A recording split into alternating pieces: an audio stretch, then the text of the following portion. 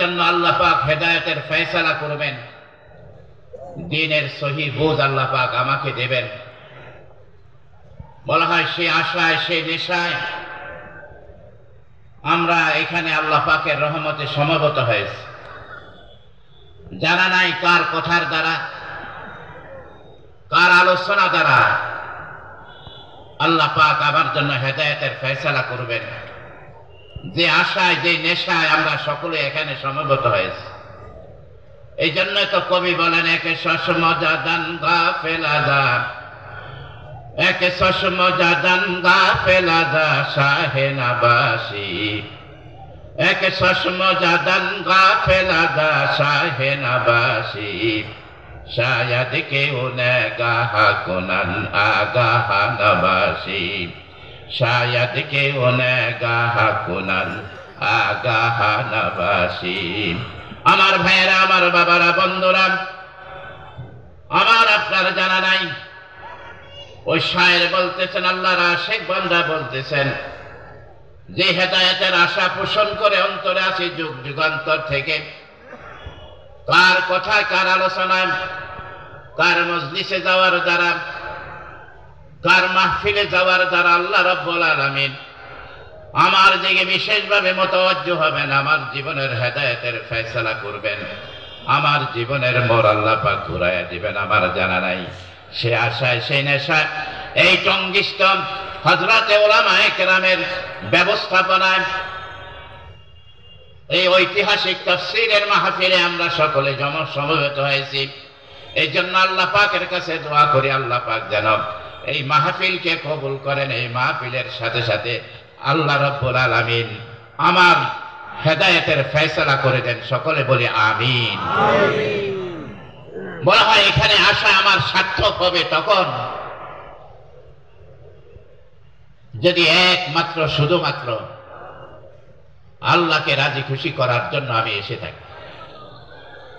সকলে আমরা জানি বুখারী শরীফের প্রথম হাদিস সকলের মুখস্থ আছে, ইন্নামাল আমালু বিন্নিয়াত। জুনায়েদ বাগদাদী রহমতুল্লাহ আলাইহির লম্বা ঘটনা, তার শত শত খলিফা এবং মুরিদ নিয়ে যাচ্ছেন বাহলুল দানা, সবাই বলে বাহলুল পাগল। সারা দুনিয়ার অন্যতম শ্রেষ্ঠ এক আল্লাহওয়ালা, এক আল্লাহর ওলি বাহলুল, বাদশাহ হারুন রশিদের দরবারের সাথে যার হট কানেকশন, আব্বাসী খলিফা, বিশ্ববিখ্যাত খলিফা বাদশাহ হারুন রশিদের সাথে যার হট কানেকশন, আল্লাহর ওলি, আল্লাহর খাস বান্দা জুনায়েদ বাগদাদী রহমতুল্লাহ আলাইহি তার সাথী সঙ্গীদেরকে নিয়ে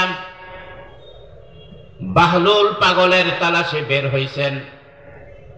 তার মুরিদ খলিফা যারা তারা বলতেছেন, হুজুর সে তো পাগল, আপনি তাকে খুঁজতেছেন, এটা তো আপনার সাথে যায় না।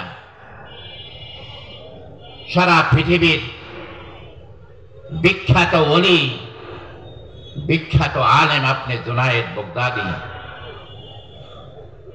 আর কিনা আপনি এক পাগলের খুঁজে বের হয়েছেন, সাথে আমাদের করেছেন।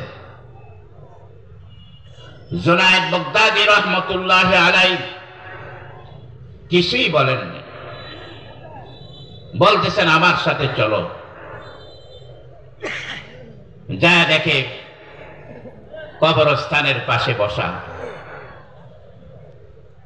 নিচে মাথা নিচু করে বসে আছে। জুনায়েদ বাগদাদী রহমতুল্লাহ আলাইহি সালাম পেশ করলেন, সালামের উত্তর দিলেন। জুনায়েদ বাগদাদী বললেন, কিছু নসিহত করেন। বাহলুল পাগল বললেন, জুনায়েদ, মানুষকে নসিহত করতে জানো? মানুষের সামনে আলোচনা করতে জানো? ও জানি তো।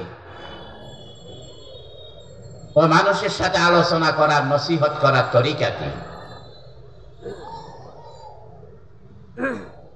জুনায়েদ বাগদাদি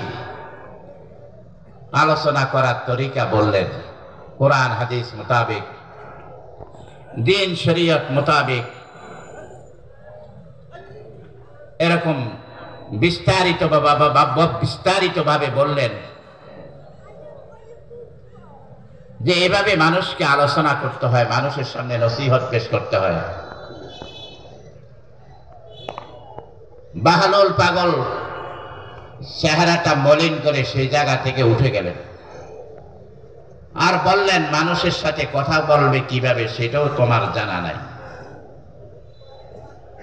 তো বলতেছে, কিভাবে কথা বলতে হয় আপনি আমাকে বলেন। তো আসল কথাই তো তুমি বলো নাই। যখন নসিহত করতে তুমি দাঁড়াবে, কোরআন এবং হাদিসের আলোচনা করার জন্য তুমি যখন মানুষের সামনে উপস্থিত হবে, সর্বপ্রথম তোমার দিলকে পবিত্র করতে হবে। বলেন সুবহানাল্লাহ। তোমার দিল পবিত্র করতে হবে।